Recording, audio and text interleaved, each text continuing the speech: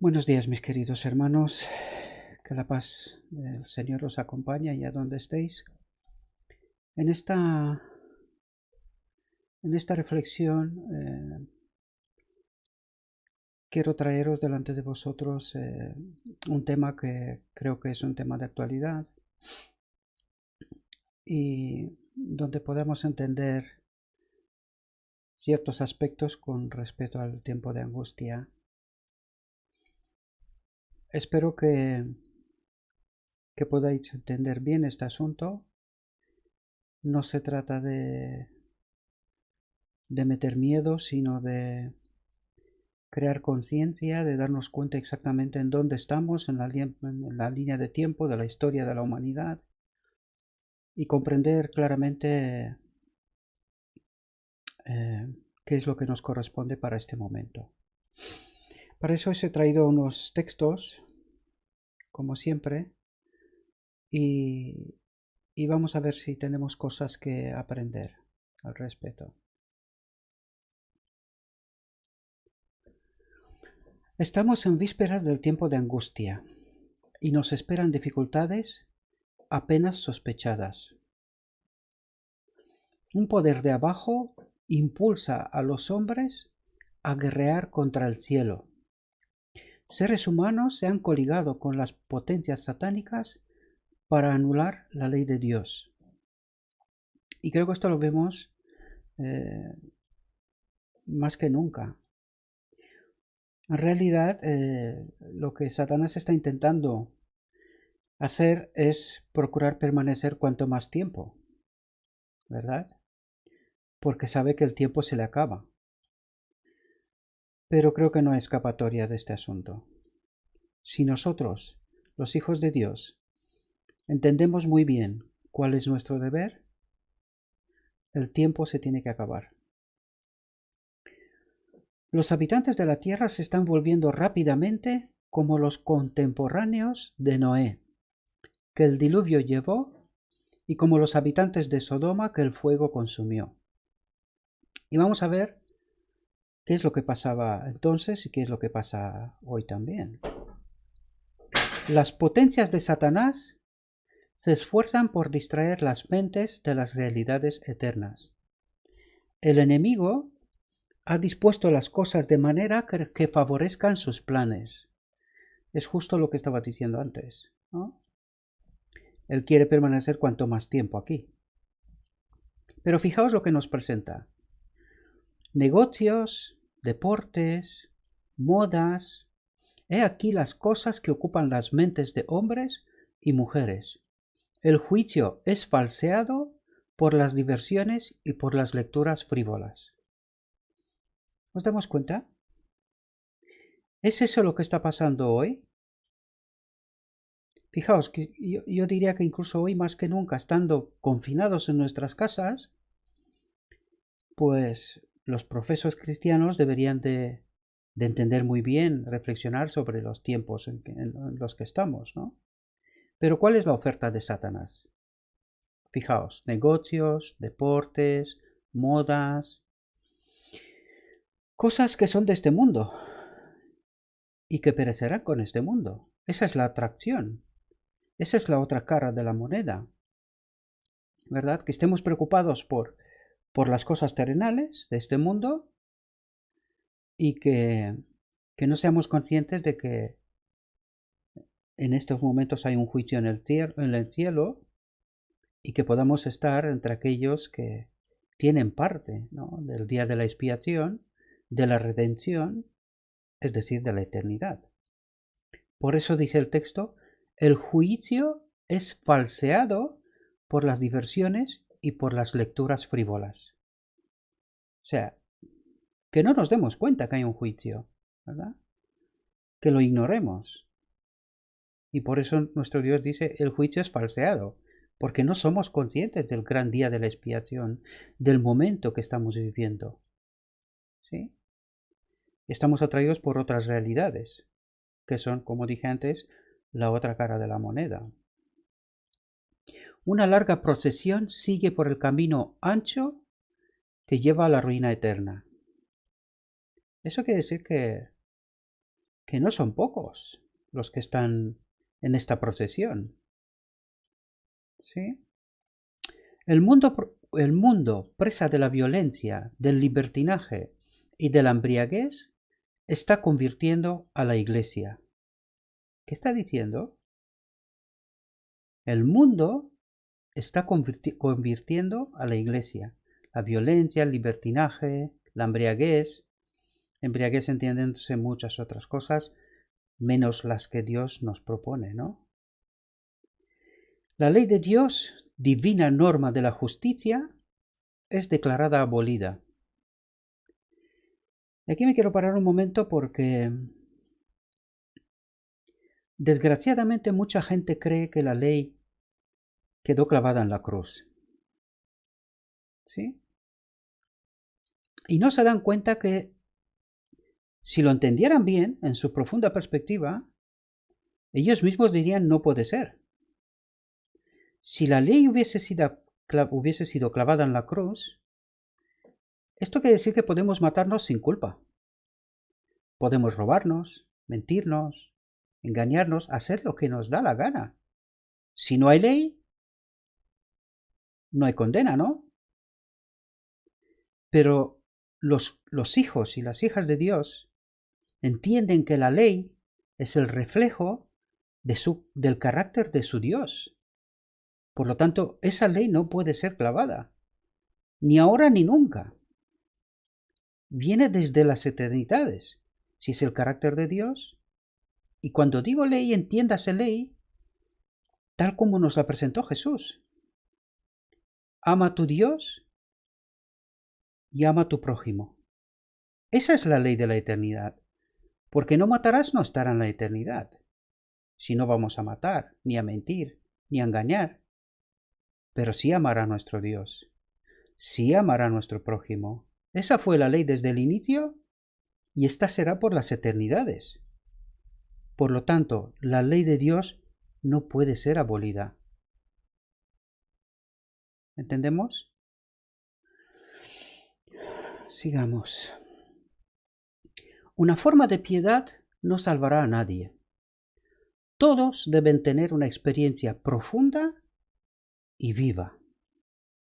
Esto es lo único que los salvará en el tiempo de angustia. Entonces será probada su obra para ver de qué clase es. Si es de oro, plata y piedras preciosas, serán escondidos como en los secretos del pabellón de Jehová. Pero si su obra es de madera, paja y hojarasca, nada podrá protegerlos del fuego de la ira de Jehová. Y cuando utilizamos ese texto hay que entender muy bien la ira de Jehová. Entendemos muy bien que la ira de Dios no es lo que nosotros humanamente entendemos, sino que es la separación, ¿verdad? Pero ¿quién produce esta separación? Es que somos nosotros. Entendamos que nuestro Dios es un fuego consumidor, pero es un fuego consumidor para el pecado. Pero aquellos que están escondidos en Dios, para ellos no es un fuego consumidor.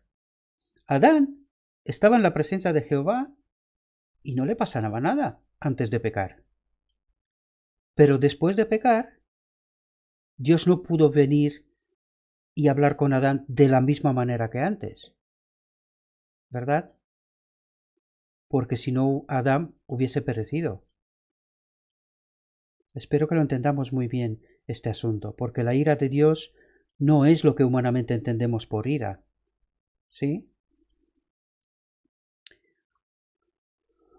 Vi que algunos apenas saben lo que es la abnegación o el sacrificio, o lo que significa sufrir por causa de la verdad. ¿Qué significa sufrir por causa de la verdad? ¿Qué es causa de la verdad? Es la causa de Dios, ¿no? Esa es la causa de la verdad, es la causa de Dios. Dios quiere restablecer la verdad. ¿Frente a qué? ¿Frente a las acusaciones de Satanás? ¿Sí? Esa es la causa de la verdad. Por lo tanto, tenemos que hacer un sacrificio para Dios, para honrarlo, para glorificarlo. De eso nos está hablando el texto.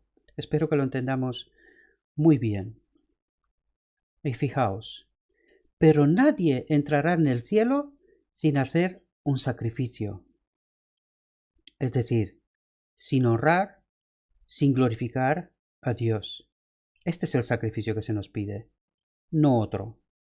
No hay ningún otro sacrificio que nosotros podamos hacer. El pecado es el asunto de Dios, y lo resuelve Dios, y lo ha resuelto Dios. ¿Sí? Solo queda un fleco, el gran día de la expiación. Nada más. Debemos tener espíritu de abnegación y sacrificio. Algunos no se han ofrecido a sí mismos ni a sus propios cuerpos sobre el altar de Dios. Ese texto tenemos que entenderlo porque nosotros somos templos en donde tiene que habitar Dios, ¿verdad? Entonces, si nosotros no nos ofrecemos como un templo, ¿puede Dios habitar en nosotros? Eso lo estudiamos en una reflexión anterior, ¿sí? Nosotros somos templos para el Espíritu Santo. ¿Puede habitar el Espíritu Santo en nosotros si nosotros no nos ofrecemos como un templo santo preparado para que el Espíritu de Dios pueda habitar? Pues esto no va a ocurrir, ¿no? Estamos hablando en la reflexión anterior de la preparación de antes del gran día de la expiación, ¿verdad? Mientras decidimos pecar todavía y mientras no tenemos una decisión personal de odiar el pecado, de arrepentimiento frente al pecado, el Espíritu Santo no podrá hacer su obra. En esas condiciones no. ¿Sí? Conservan un genio impulsivo y arrebatado. Satisfacen sus apetitos y atienden sus propios intereses sin tener en cuenta la causa de Dios. Es lo que hablamos antes. ¿Sí? La causa de Dios es la verdad. La verdad tiene que ser restablecida, ¿verdad?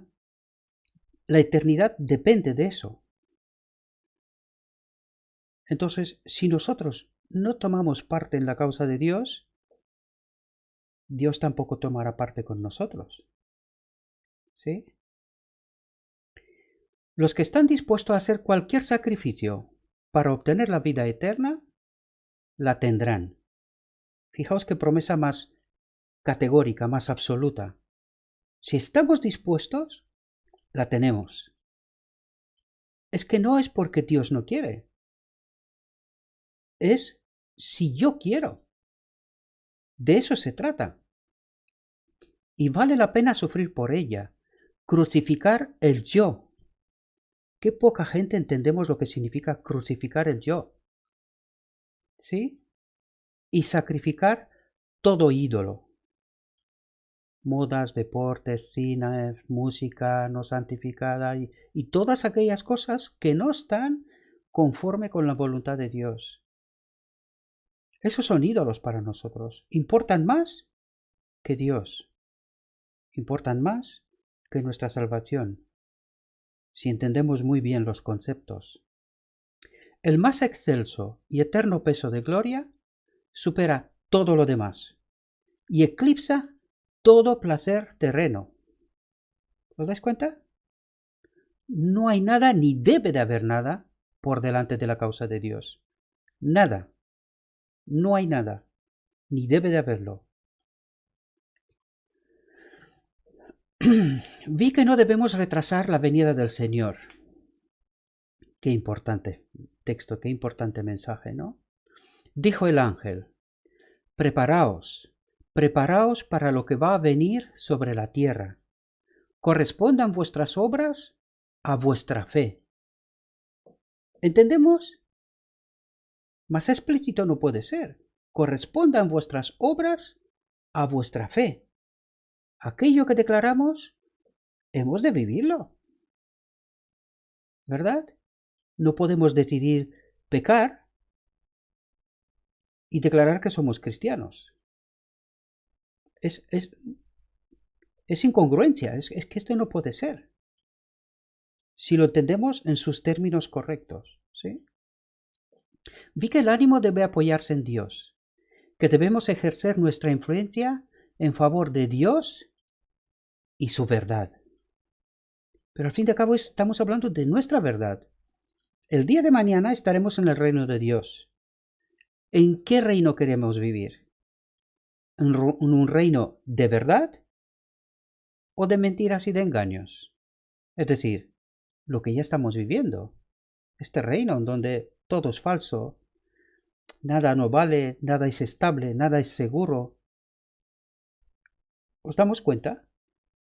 Si queremos vivir en un reino de verdad, entonces tenemos que amar la verdad. Y la verdad es Dios, es el garante de todo.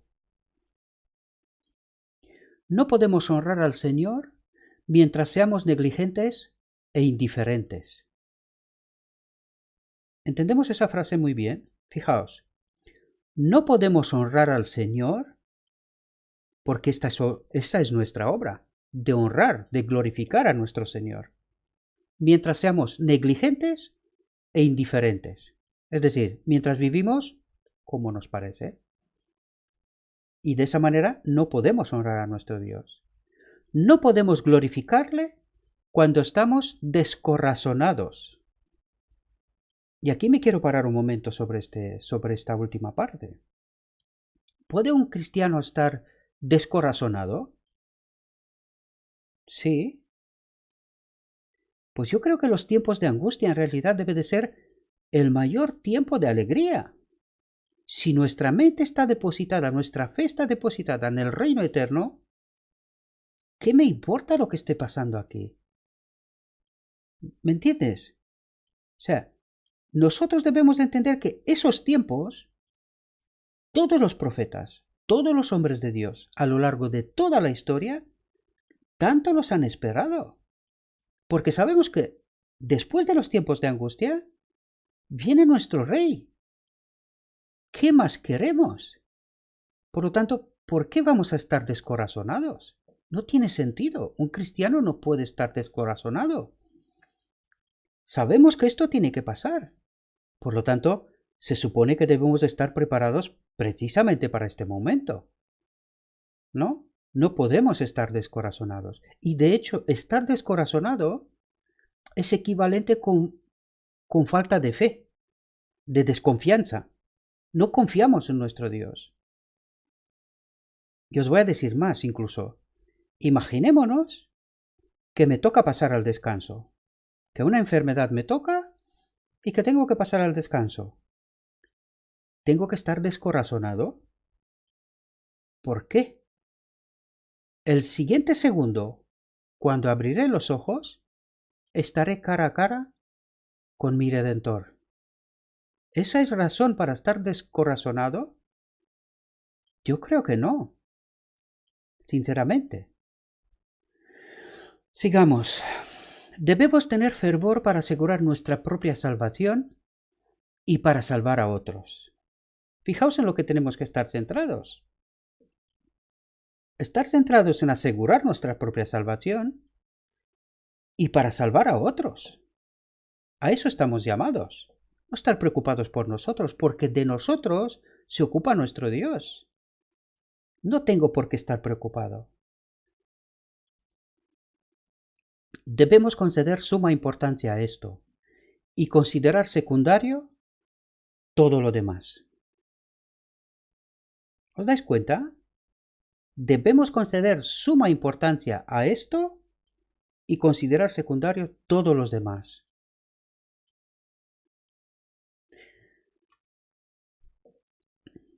¿Aguardaremos que las profecías del fin se cumplan antes de hablar de ellas? Es decir, vamos a estar callados y cuando vienen los tiempos de angustia nos ponemos a hablar. Si lo hacemos de esa manera, pues lo hacemos muy mal, ¿verdad?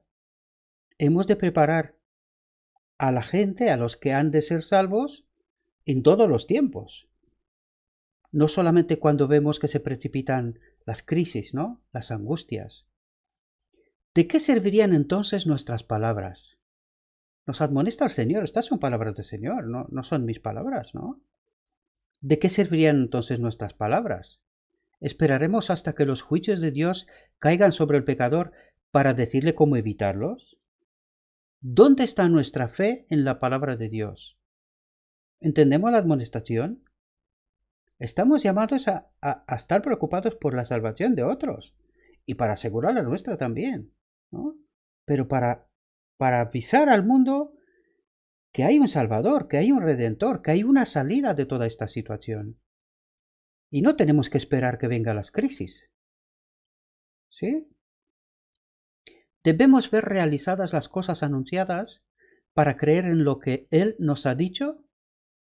En claros y distintos rayos nos ha llegado la luz, enseñándonos que el gran día está cercano, a las puertas. Leamos y comprendamos antes que sea demasiado tarde. Sí, nos invita a un estudio y a un entendimiento de dónde estamos en la línea de la historia. ¿Sí? ¿Dónde estamos ubicados?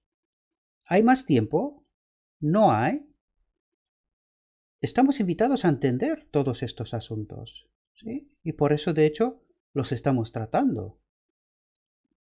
Todos los que tratan de excusar u ocultar sus pecados, dejándolos sin confesar y sin haber sido perdonados en los registros del cielo, serán vencidos por Satanás.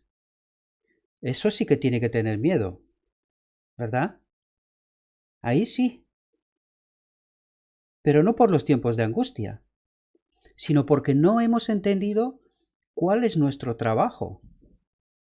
Es que debemos de transferir nuestros pecados sobre el Cordero.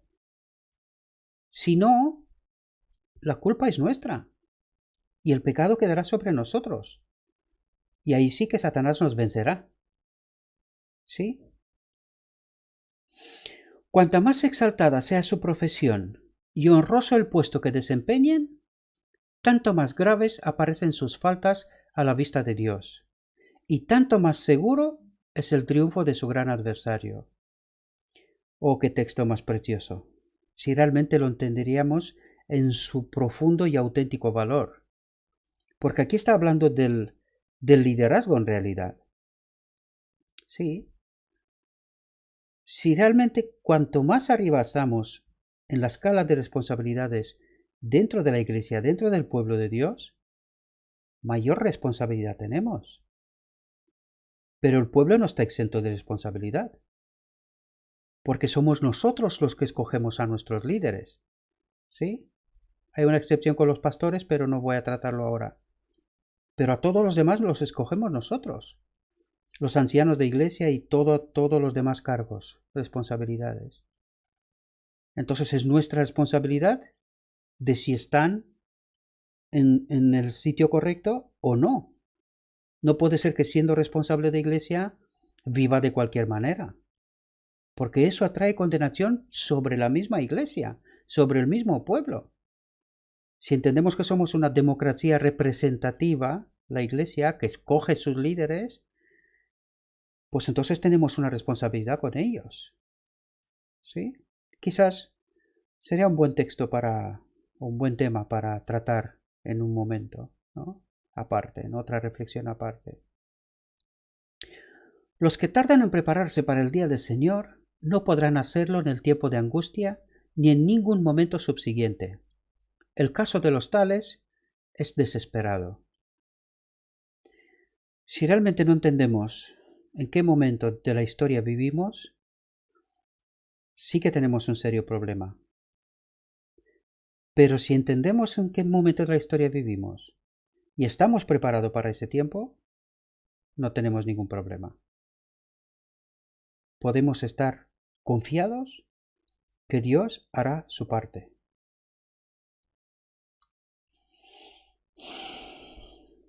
Nos estamos acercando al fin del tiempo. Me ha sido mostrado que los juicios retributivos de Dios ya están sobre la tierra.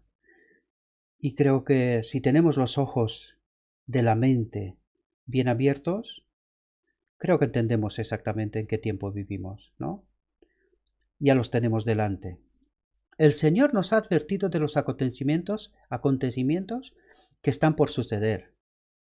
Resplandece la luz de su palabra y sin embargo las tinieblas cubren la tierra y densa oscuridad los pueblos, que cuando digan paz y seguridad, entonces vendrá sobre ellos destrucción repentina y no escaparán.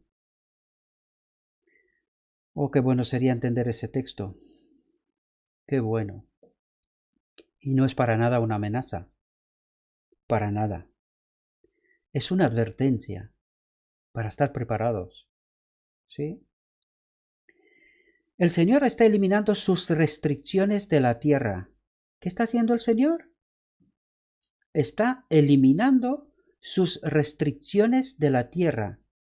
¿Eso qué quiere decir? Eso quiere decir que los ángeles nos han estado protegiéndonos todo el tiempo. ¿De quién? Pues del que nos quiere matar. ¿Sí? El maligno. El oposante de Dios. Y si no fuera por Dios, esa tierra ya no, aquí no había nadie más. Pero fijaos, porque los ángeles de Dios nos han estado protegiendo hasta ahora, todavía estamos con vida. Pero en el tiempo de angustia, fijaos qué dice el texto. El Señor está eliminando sus restricciones de la tierra. Y pronto habrá muerte y destrucción, aumento de la delincuencia y crueles y malas acciones contra los ricos que se han ensalzado contra los pobres. Los que no tengan la protección de Dios no hallarán seguridad en ningún lugar o posición. Los agentes humanos se adiestran y usan su poder inventivo para poner en funcionamiento la maquinaria más poderosa para herir y matar. Y creo que estos días más que nunca lo podemos ver. Lo que está pasando afuera, estas enfermedades, es lo que está pasando en esa advertencia. ¿Sí? Viene de Dios. Él ya nos ha preparado con antelación. Lo sabíamos. No tendría por qué pillarnos por sorpresa. ¿Sí? Deberíamos de estar preparados para ese momento. Los juicios de Dios están en la tierra. Las guerras y los rumores de guerras, la destrucción por fuego e inundación, dicen claramente que el tiempo de angustia, el cual irá en aumento hasta el fin, está cerca, a las puertas. Estamos advertidos. Hace bastante tiempo, ¿sí? Hace bastante tiempo. Esos textos no son de ayer. Llevan mucho tiempo entre nosotros. Si le hemos dedicado tiempo, tendríamos que saber en qué momento de la historia vivimos, ¿sí? Y lo que está por delante de nosotros. Y fijaos, dice, irá en aumento hasta el fin. Es decir, todavía es nada frente a lo que está por venir. Todavía es nada. Y eso no lo digo para que alguien tenga miedo. Porque si estamos bajo la protección de nuestro Dios, ¿quién contra nosotros? ¿Sí? Y fijaos, pronto se producirán entre las naciones graves dificultades que no cesarán hasta que venga Cristo. Una vez más nos dice, graves dificultades que no cesarán hasta que venga Cristo. Pero quiero que nos quedemos centrados en este mensaje, porque este mensaje es un mensaje para este tiempo, para este momento, para la iglesia de Dios, para el pueblo de Dios, para el remanente. Quedemos con este mensaje, porque es muy importante. Como nunca antes, necesitamos unirnos para servir a aquel que ha preparado su trono en los cielos y cuyo reino rige sobre todos. Dios no ha abandonado a su pueblo y nuestra fuerza estriba en no abandonarle a él. Es decir, como nunca antes tenemos que estar unidos, ¿sí? Y Dios promete que no nos abandona, pero con una condición, que nosotros tampoco lo abandonemos a Él. ¿Entendemos? Es una unión necesaria, tanto entre nosotros como nosotros con Dios. Y ahí sí no hay de qué tener miedo, sino estar valientes, pasar ese tiempo y esperar con confianza que nuestro Rey viene a por nosotros. Bueno, mis queridos hermanos, espero que hayamos entendido bien este mensaje. No tiene por qué ser un mensaje de miedo. Es todo lo contrario, es un mensaje de esperanza. Dios no quiere que tengamos miedo, en absoluto, sino confianza, y nos advierte de antemano para saber lo que está por venir. Por lo tanto, hemos de confiar en Él. Todos aquellos que confían en Dios no tienen por qué tener miedo, en absoluto. Aunque tenga que pasar al descanso, no pasa nada. El próximo segundo, cuando abrirán los ojos, se encontrarán con su Redentor. Por lo tanto, ¿por qué tenemos miedo? No hay que tener miedo.